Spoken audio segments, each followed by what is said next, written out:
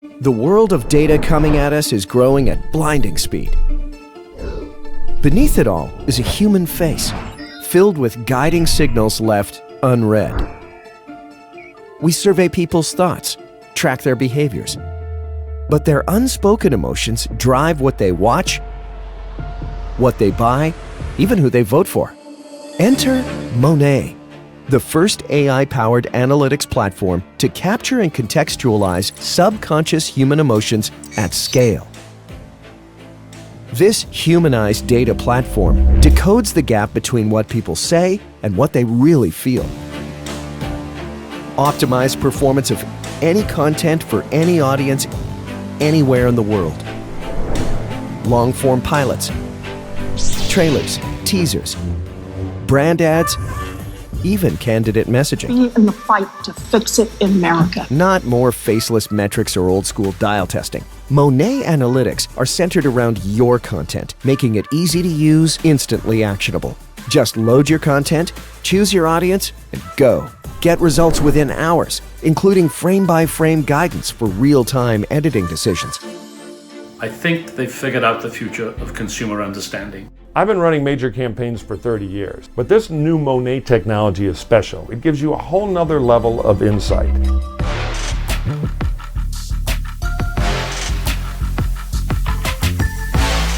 Get below the surface. It's time to see the whole picture. Monet.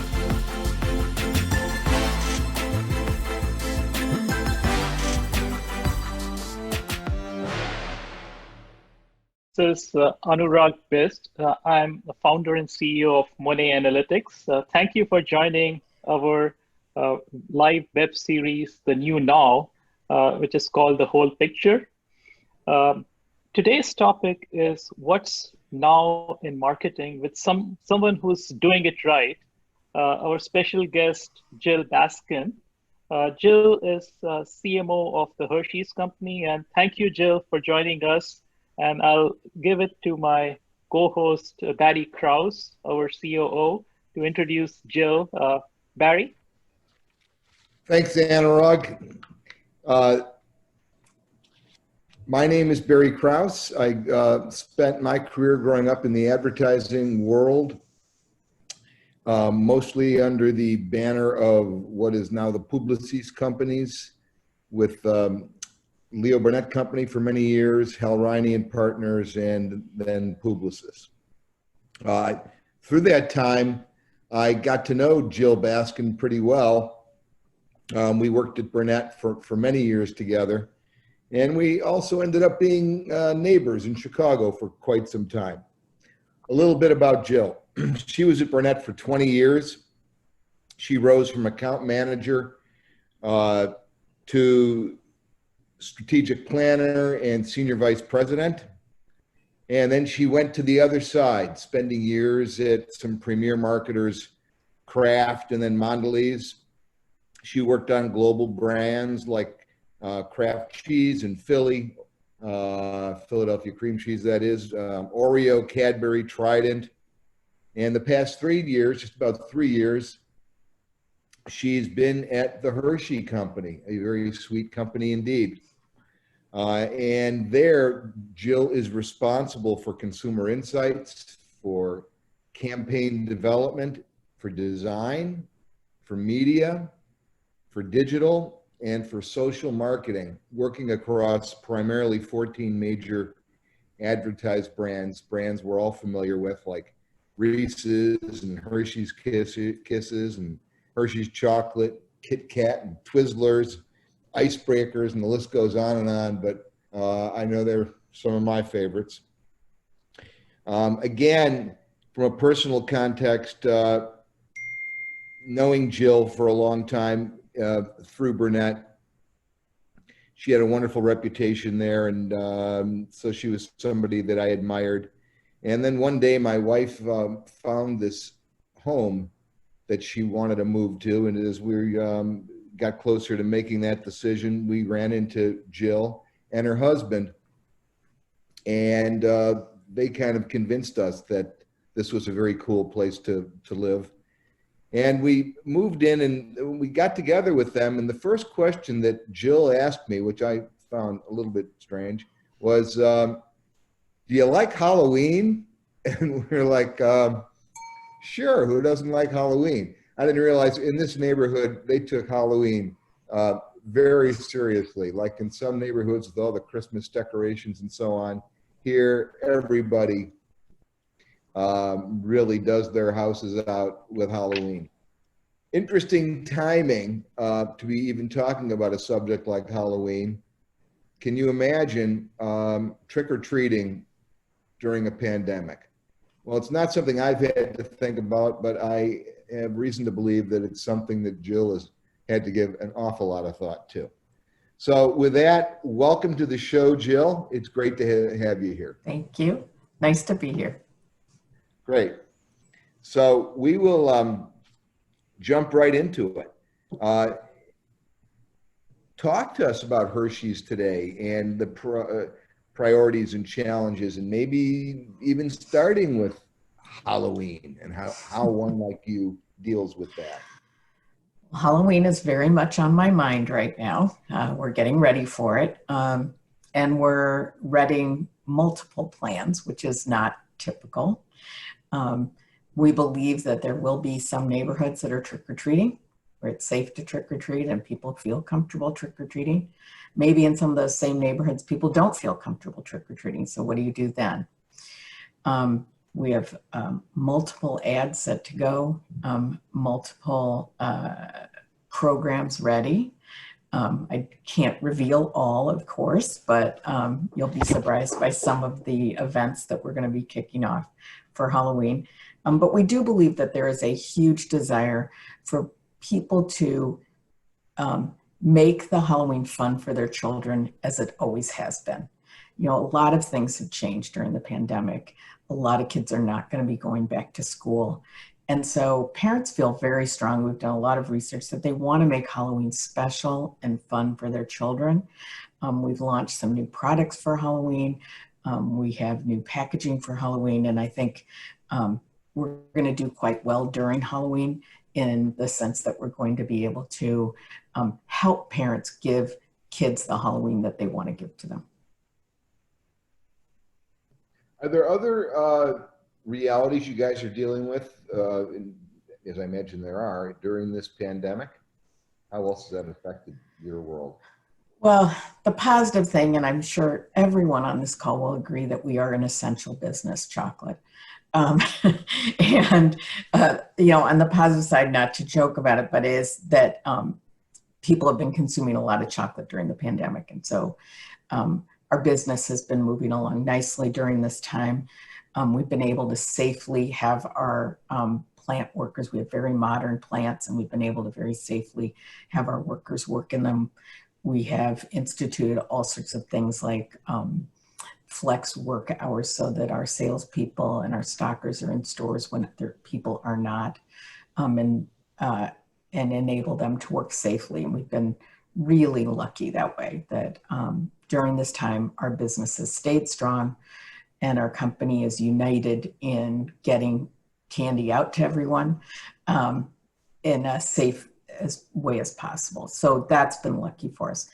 But a lot of things have changed. So, you know, almost immediately as the pandemic hit and our company closed very early and sent people home very early, we had to learn a new way of working, which I know most people have.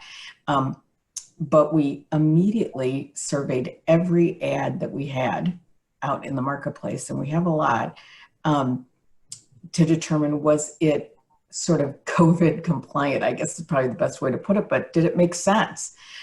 If you see ads with people hugging and kissing each other and handshaking, it started to feel weird, right? So we quickly surveyed all of our ads, pulled down anything that we thought didn't make sense during this time, didn't convey the reality that was going on, and had to replace them. So there have been things like that. We're just about this week, actually tomorrow, shooting our first commercial during COVID. And so, you know, there's been a new way of working that we've all adopted. So a lot of changes due to COVID. Where are you shooting at? New Jersey. actually, well, actually two shoots going on, one in Austin, in the private studio of a couple that work together as photographers and videographers. So with a really small crew that all got COVID tested prior to arriving. And then the other shoot is going on in New Jersey. And there's another one. Initially, it was scheduled to shoot in Los Angeles. We worried that the state could shut down, and New Jersey had a much lower case count. It looked like it was much more likely to stay open. And so, you know, with a lot of money on the line, we shifted the shoot to New Jersey. Got it. Things like that are happening sort of every day. Sure. Staying topical, something that is in vogue to be discussing these days, but something that has been on your mind, I happen to know, for quite some time, is the whole idea of diversity and inclusiveness. In fact, I think you won an award in Las Vegas for your work in that area, Jill. Talk to us a little bit about your feelings on diversity and your actions on diversity and inclusiveness, if you would, please.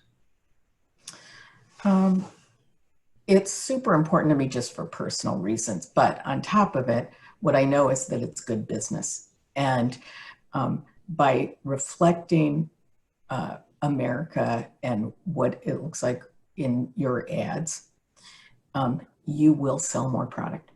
So, and from a purely selfish point of view, by showing people as they are and who they are, we will sell more candy. And that I know in my bones. I've seen it happen every time I've done it. So you can also bring attention to your brands and make them feel more modern and more today by being diverse and inclusive as well. So I think that being committed to that, both in the bidding process, who's making your ads, in the people working on your work internally and externally, you'll just end up with a much better product as a result of maintaining sort of a position of being diverse and inclusive. I think one of the most interesting thing, though, is coming to Hershey is some of the brands were feeling, Hershey in particular was feeling a little dusty and maybe old-fashioned. And I think one of the quickest ways that you can signal to the world and send out a signal that you aren't is to reflect today's culture. So I think you can also use it as a tool to update your brand and get people to see you in a new or different way. Tell us about the award that you won. Oh, I don't know.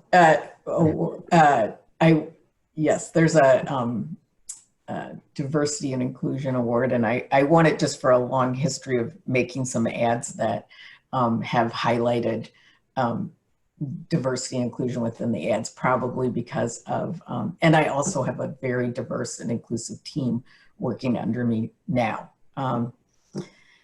And of course, I bring the old lady quotient, so that increases the diversity as well.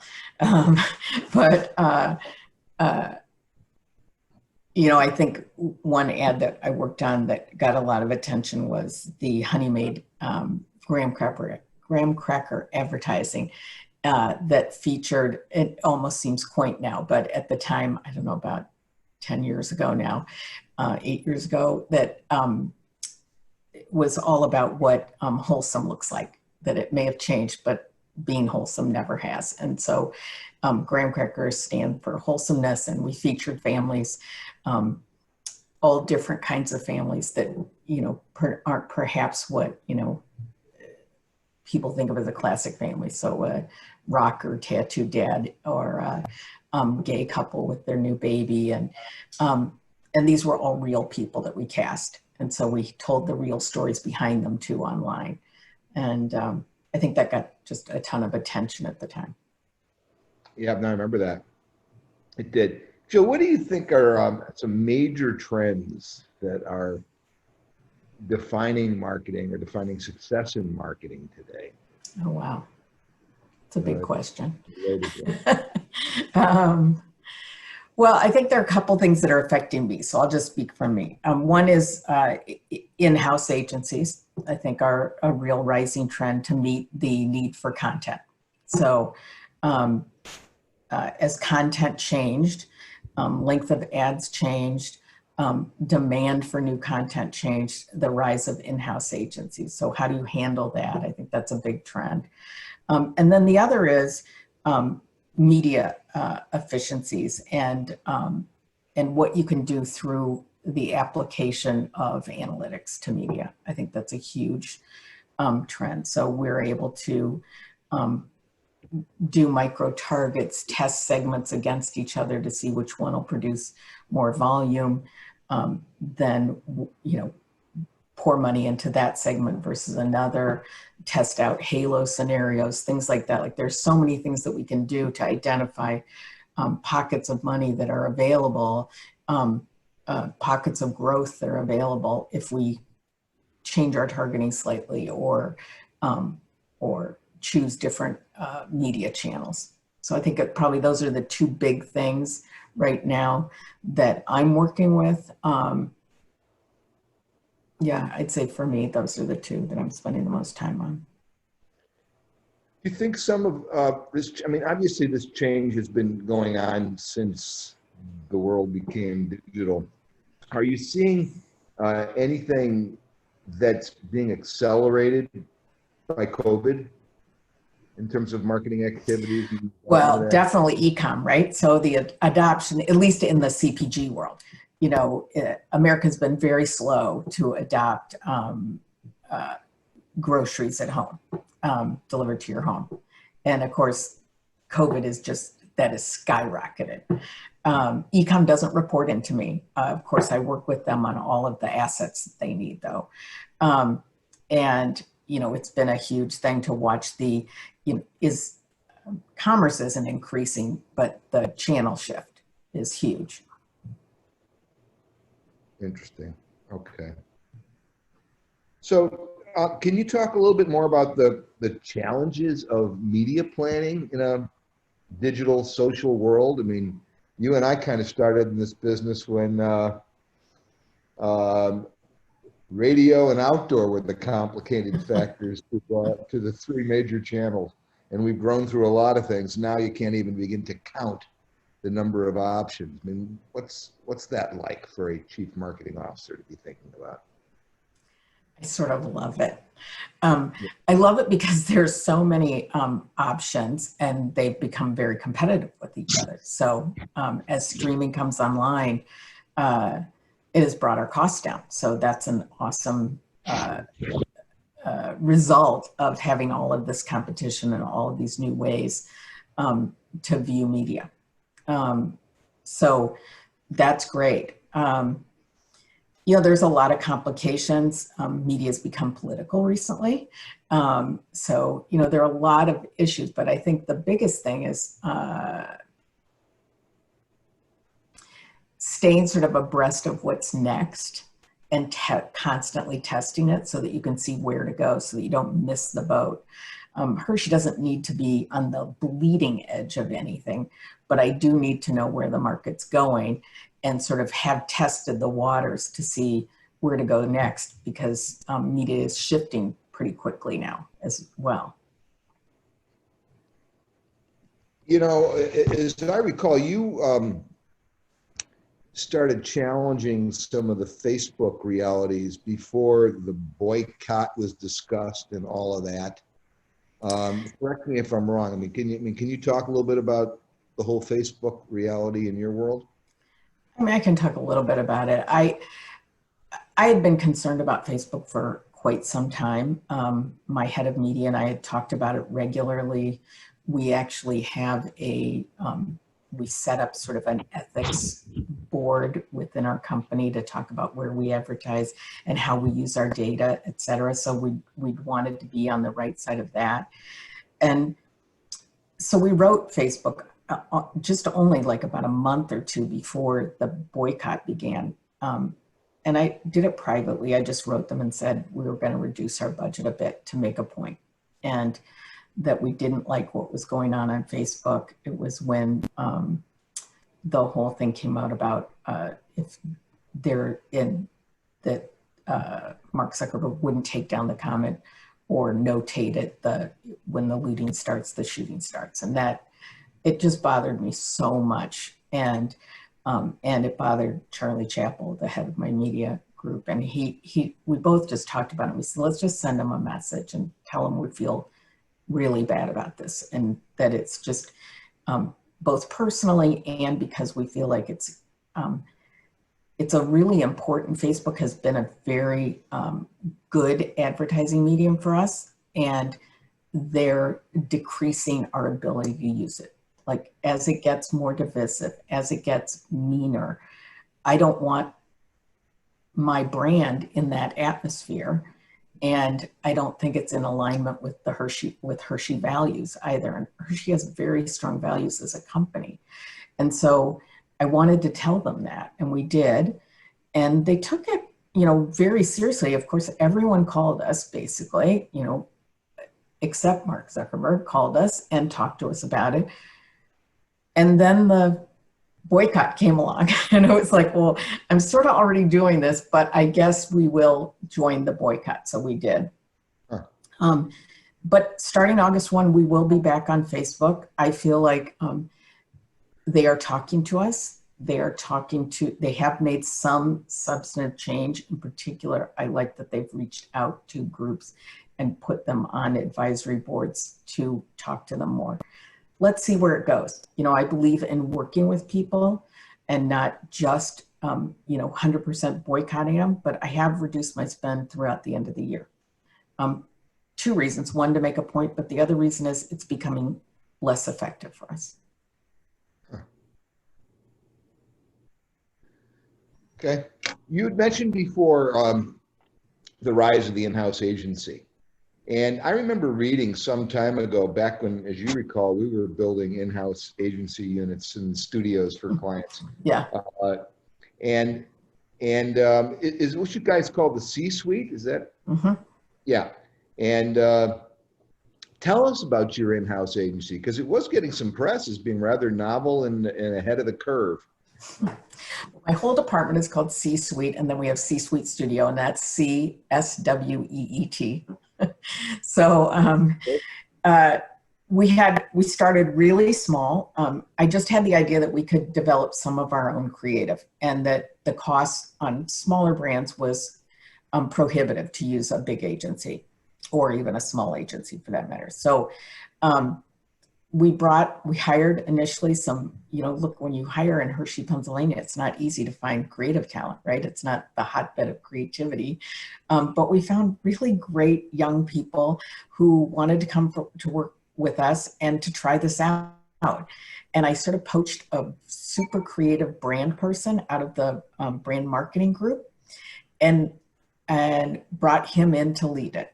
And we started really small. Mostly, I thought we could handle a lot of 1 second and below. So Facebook posts, things like that. And we started, there were 3 of us, 3 people working on it. And a really funny sort of ragtag group. I have a woman who was a professor of illustration at a local college, a photographer by trade,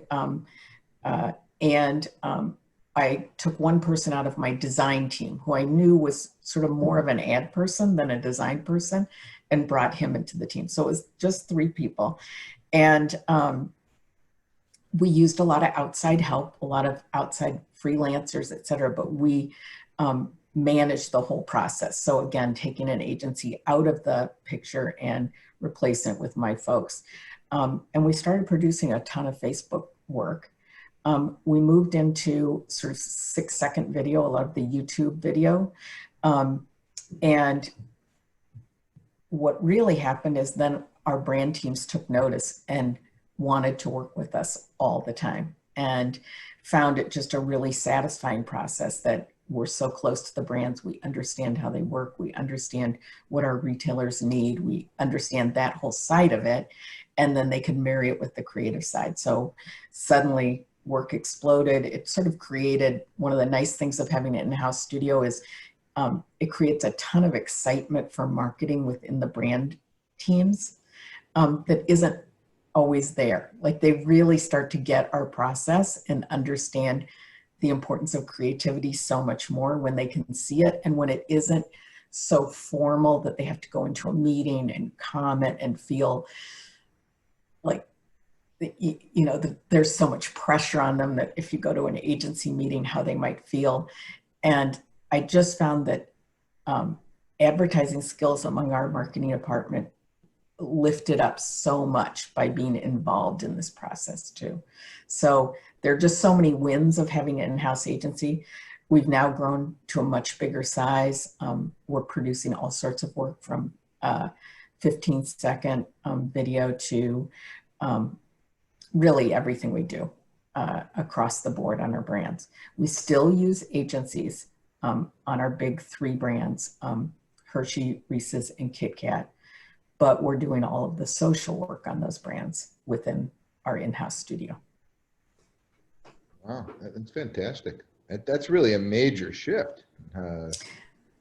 It is, and really happened in about 14 months, I want to say, total, like that we were up and running. Also, Hershey is a very generous company. Just shout out to Hershey. I love working there.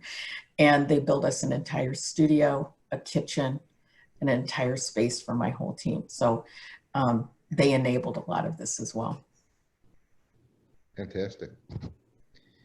Okay, shifting gears here. I remember hearing some time ago that analytics and metrics were going to become the new creative department, and I was kind of like, yeah, right, sure, easy to say.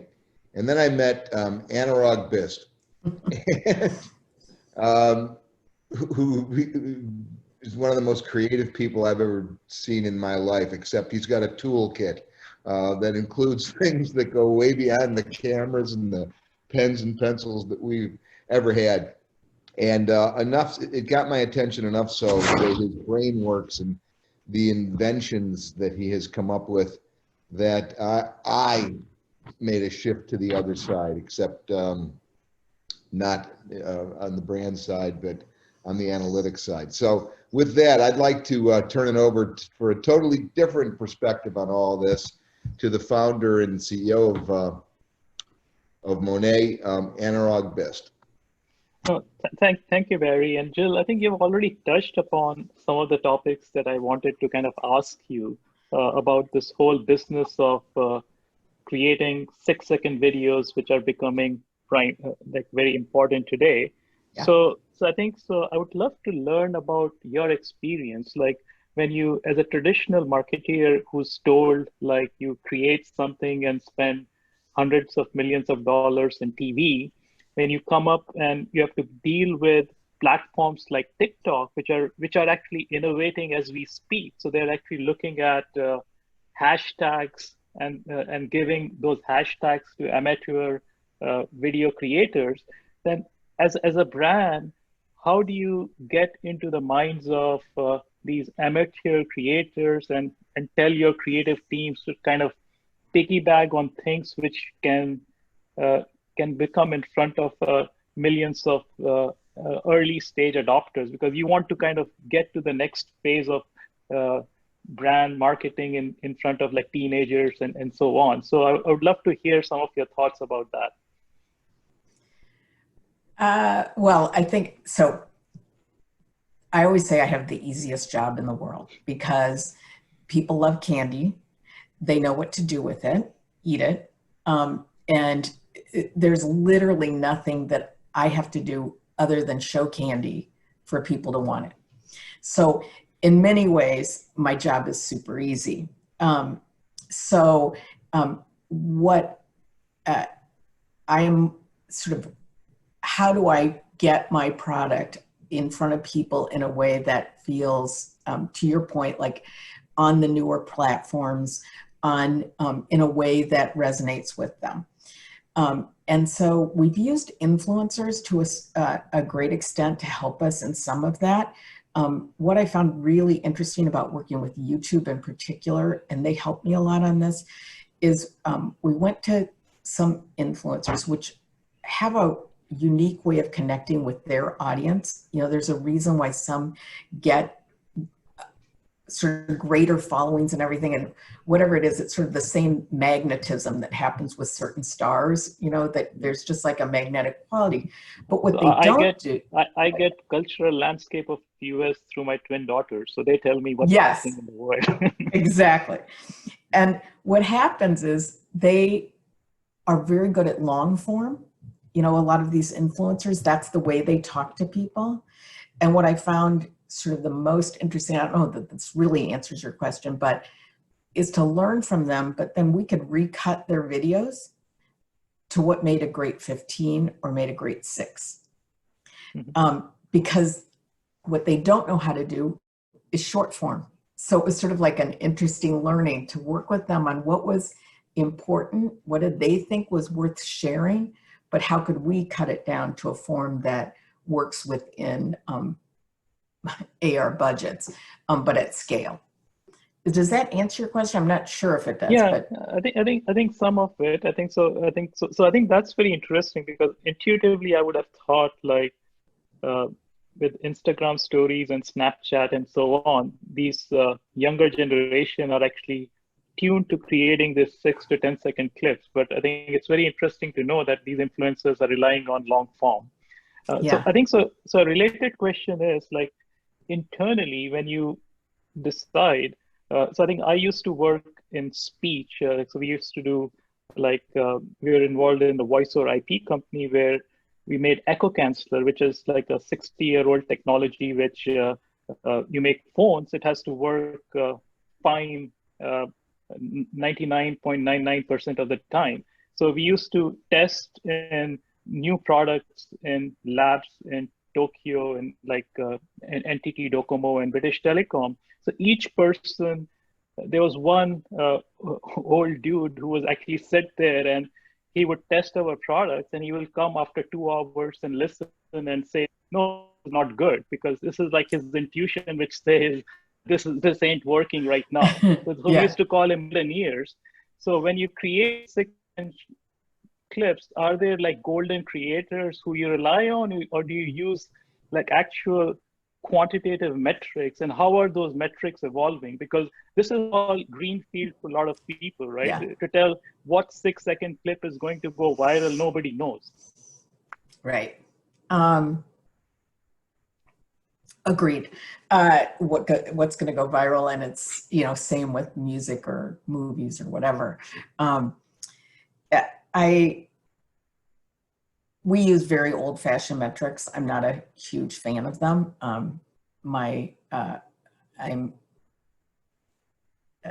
The company uses the link methodology. I think it's an incredibly blunt tool. My guess is that it probably tells you if something's going to fail and about nothing much else. So, you know, it has a 0.6 correlation, which everyone in statistics tells me is meaningful. I think it still seems pretty bad, you know, in terms of whether something is going to succeed or not. And my guess is it doesn't tell you how high is up or what you've missed either. So while a long time ago, I quit going to link meetings. I felt it was a waste of my time. And I just asked my brand folks to tell me what the results are and what you think. If something needs to be fixed, tell me what the problem is and I'll figure out how to fix it. But I have to admit, I'm not a huge fan of, or have not found an accurate tool really to measure creative response or response to creative. So I think that's pretty interesting. So we actually, Barry and I have been in calls over the last 4, talk to some of the leaders in both especially in the brand marketing, and we get the same response. Like we use these techniques. I don't want to take a dig at any particular tool, but we trust them because for 40 years we have trusted their data. Exactly. but our creatives know how to beat the system. So he know how to get a 90 score on a particular platform. But I think at the end of the day, if you have this kind of attitude towards it, don't you think like there is something missing? And I think that's kind of the one of the tenets of what we do. We're actually collecting multimodal sets of data, and I think that's one of the things when we talk to creatives in Hollywood. So we have very experienced people in our team who came from the creative world, including Barry, who's basically created these things. So when we tell certain things, I think creativity is a very non-linear process. When you make a decision, if it's going to be not testing well, it doesn't necessarily mean that that idea is necessarily bad. So you want to kind of give something, use data to give the creatives something so that they can think through and make their own decisions. And that has been kind of the mantra with which we have developed our platform.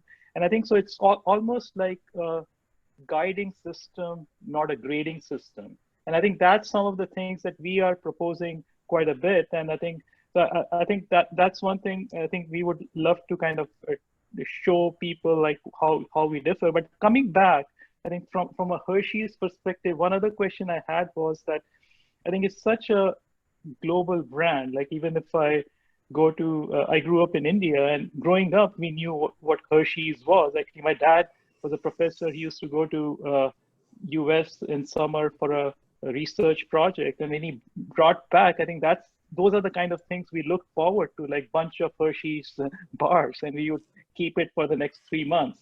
And so I think so. But in today's world, when it's very easy to reach any place, anywhere in the world, when you create a message, and I think you talked about Hershey having very strong values, how do you maintain that the Hershey brand is being communicated the right way in Europe, in Asia, or in Middle East? And so how do you test that? And is there a cadence through which you go through it? Is there a science you follow, or there are like best practices that you know that you have known that it will work all over the world? Well, this is a really interesting question. Unfortunately, it doesn't pertain much to Hershey, because Hershey is a very US-centric business, even though you heard about it in India.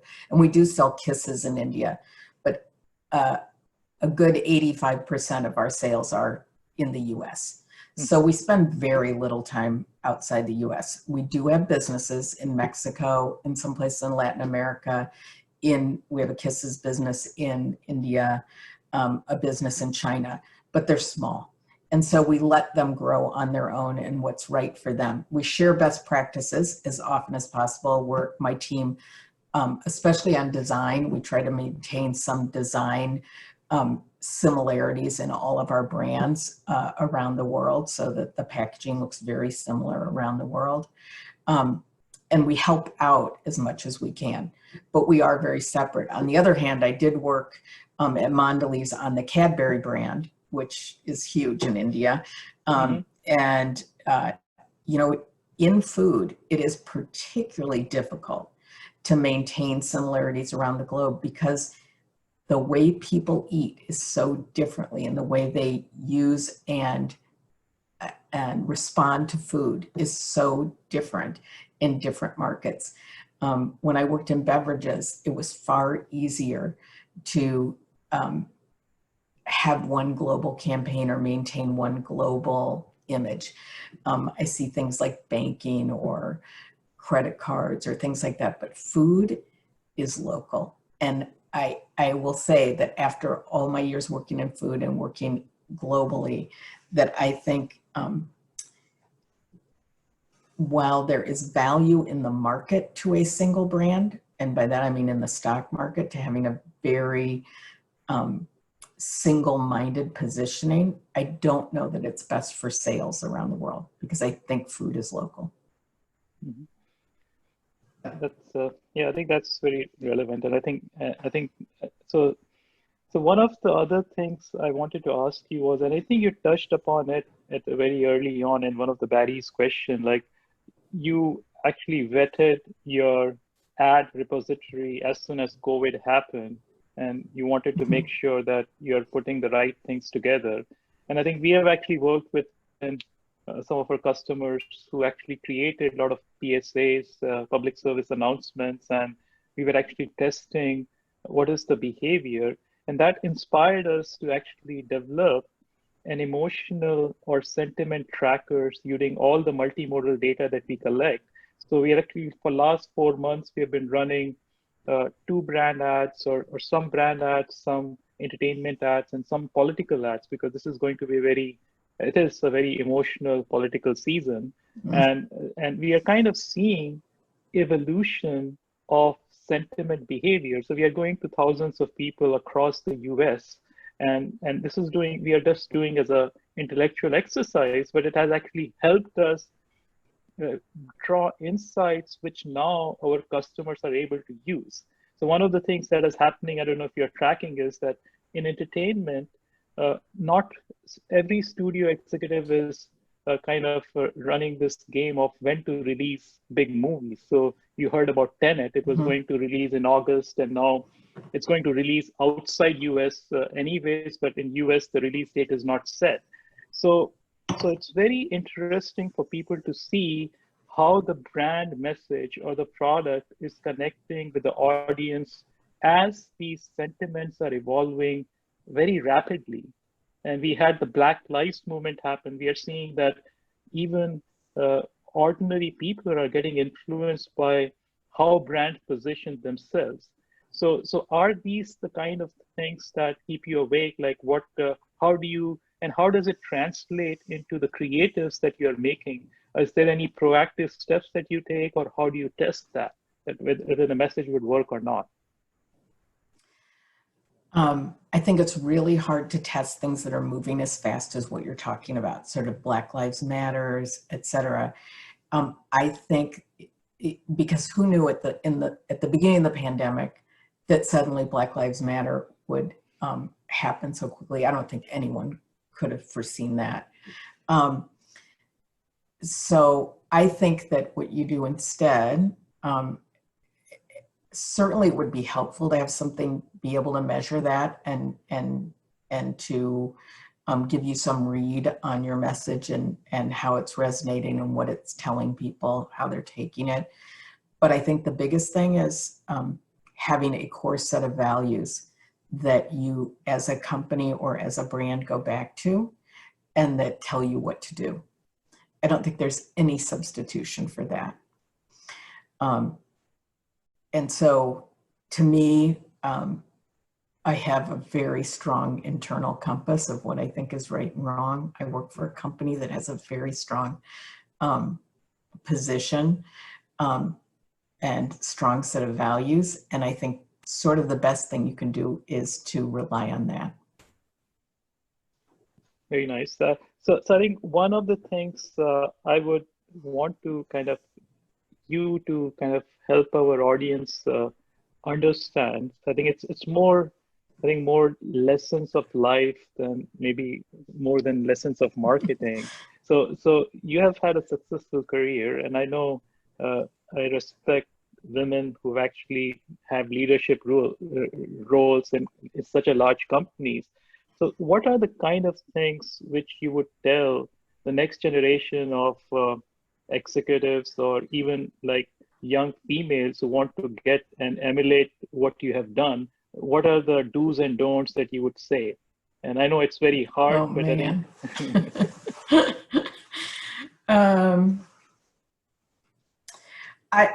So I've been asked this question before, and I will tell you something I wish I had realized a lot sooner is, I grew up when women were sort of taught to act like men. I was among the first generation of women in advertising. And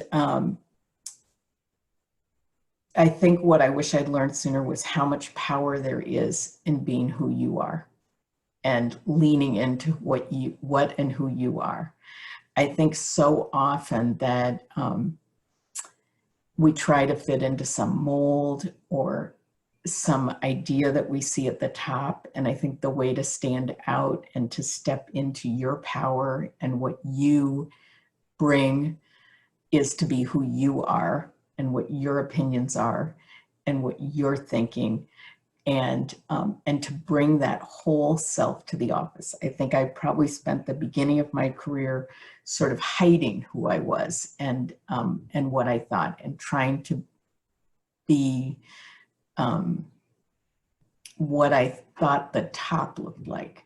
I think that is unwise, and I wish I had learned sooner to just bring my whole self, everything I'm about, everything I've learned, how I feel, how I think, and just bring it all. And if it isn't what that office wants, then you'll find a new office. You'll find a new place that does want it. I mean, I don't want to go a little bit on a rat hole, but I think one of the challenges that young women have is, I think, to succeed in this corporate world, you have to actually work twice as hard, as well as take care of your kids more than what your spouse would do. And so what would be your recommendation? Do you think things changing? Is it a more corporate responsibility, or you think women should do something different? I mean, knowing that you have gone through this yourself. Well, oh man, that's a tough question. You know, everything shows that women do more around the house than their counterparts. So I think that that continues to plague all of us, because I think we would all have stronger, better families if that wasn't true. I think it plagues men too. So I think it's a downside. What I do see, though, is the world changing. And how most things change is through money. And again, I'll say it on my earlier comment about showing diversity in my ads and reflecting the real world, it sort of starts and ends with money. I will sell more candy if I do that. And what I've seen changing in the workplace among people that are working for me is that many of the traditional gender normative families is that the women are making as much money as the men. And I know that's true in my company, where we do have gender equity. What I see is this rapidly changing, because suddenly when the woman's income is equal or greater than the man's, the power dynamic changes. So I think that's where it changes, is demanding gender equity will change everything. We need pay equity, and both, you know, and it is Black women are paid less than white women, but demanding pay equity, I think, is where the beginning and end of this is.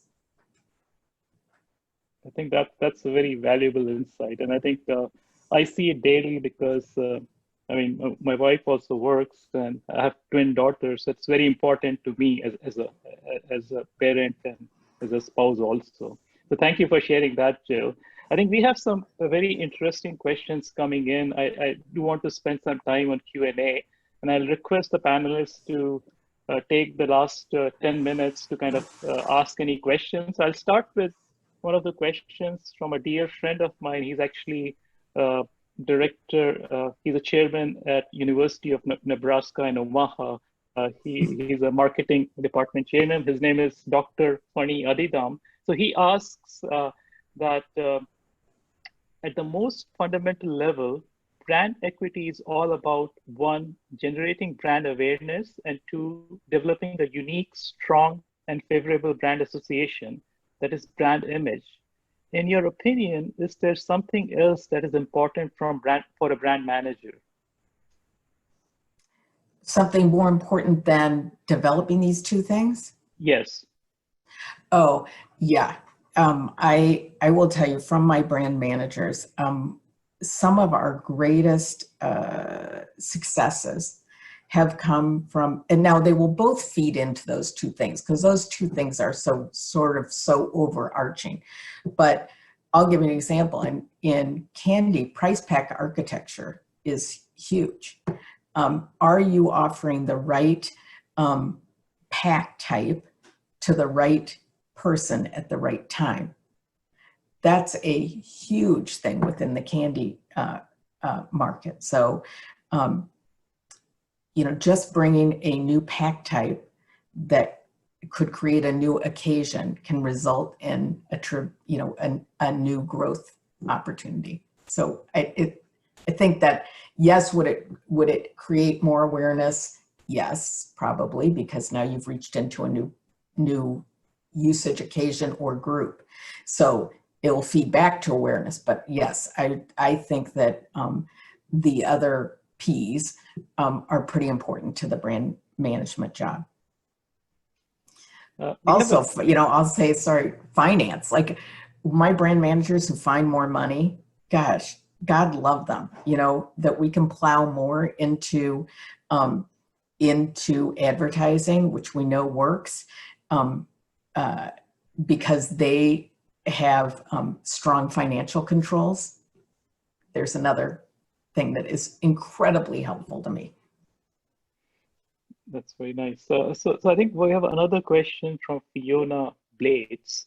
She asks, thanks for inviting questions. And Jill, it's fantastic to hear your passion for diversity and inclusion. Does Hershey's have targets for diverse suppliers like those companies, example, Ford, Bank of America, AT&T, that are members of the $1 billion roundtable? It's an interesting question. Thank you for it. We are developing those targets right now. Just within my team, we had already been always requiring bidding of jobs by a diverse set of candidates. We were a early sign on of Free the Bid, which was getting women directors work. A lot of our work is done by women and people of color within the creative side of the house. But we are actually putting this year numbers to it, which I'm proud of. I'm happy to see that happening. So they're setting the targets right now. And it came out directly out of the Black Lives Matters movement because we held very frank and open discussions within our teams. And that was one of the requests. And so we committed to creating targets and meeting them within 1 year. Very well. Barry, do you have any other questions for Jill? Well, the first thing I want to do is I want to offer among all of our many listeners that since this is kind of a special day, we'd like to give a little sweet enticement to anybody that finds the notion of understanding subconscious emotional response. You just have to have that as something that's of interest to you. But any question that you have for Jill, the next two people that type in under the Q&A a question, we're going to send you a package of some very sweet Hershey's treats. With that in mind, I'll just share, we've got some comments coming in. One was from Jordan Naup, I believe, just saying, thanks for a great presentation, Jill. These tips at the end are especially helpful as someone fairly early in their career. So thank you for that. Let's see what else we have here.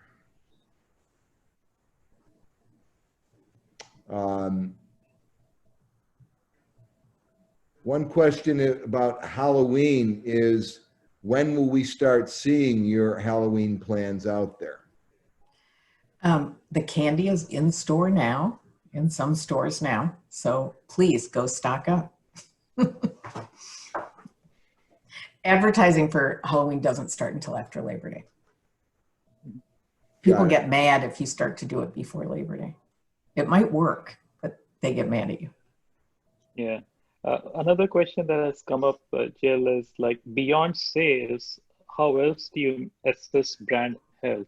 So do you have like monitors which kind of Like what are KPIs for those? We have a MMM tracking study, you know, a media mix modeling that we use. That's probably my primary method of assessing what's working and what isn't. We do have brand health tracking. I'll be honest, I think it's not all that helpful. When you have giant brands like Hershey, it doesn't move much. It's up way high. If I saw some sudden drop, I suppose, but I just have never seen it. Like when you have a big loved brand and something that everyone feels positive about, like candy, it's really not all that helpful to me. Mm-hmm. We have a question from Catherine Rowell. She says that, what is your opinion on the evolution of linear TV throughout your career, and what role does it play in your overarching media strategy? Well, linear TV continues to shrink as part of our budget, but we're still a big user of linear TV because awareness is key to us. So I believe in how brands grow, laws of growth. And so broad-based advertising works quite well for us. However, there are new ways to get video to people, and we made a big bet on streaming last year, and it paid off big for us. We just got back a lot of our MMM results, and streaming was a very efficient and effective tool for us. We will probably put more money into that area than we have in the past. Very nice. I think we are coming towards the end of our time. So I would love to give a personal big thank you to you, Jill. Thank you for your time. And thank you for more than the time, I think, all what you have told to us and our audience. And would love to be in touch. And Barry, you want to say some last words? Yes, Jill, we've got some messages we're going to share with you that are from some mentees of yours that asked us that we just share them with you. So we'll do that. No, they're quite lovely. And thank you for coming on. This was all that I'd hoped it would be. And again, if anyone else has any other questions for Jill or for Monet, feel free to, we're glad to pass them on to Jill. You could just hit us up at monetanalytics.com, and we'll make sure those messages get out there. So we'd like to say, please watch our next episode of The Whole Picture. Stay tuned. We'll be announcing that one shortly. Again, visit monetanalytics.com. You'll see a little way where you can just say, you could address it to human@monetanalytics.com, and those things get to Anurag and I very quickly. So feel free to email us for more information, for a no obligation demo, whatever it might be. And for right now, we just want to thank Jill once again for joining the show. Thank you, Jill. And thank you to looking at some of the people that have joined in. And I have to give one shout out to one person on there that I think Jill and I, you must know her as well as I do, and that is Carla Michelotti, who kept me out of jail during my 15 years. She's Me too. Legal counsel, and we had some wonderful stories together. I remember when I was in my early 20s, we had a little standing joke that was like, Carla, can I say it's green? She says, what color is it? I said, it's blue. And it was like, no. And so for 15 years, it was always like, if it's blue, no. So thank you, Carla. Thank you for everybody that's joined in. And this has been The Whole Picture. Thank you. Thank you. Bye. Bye. Thanks.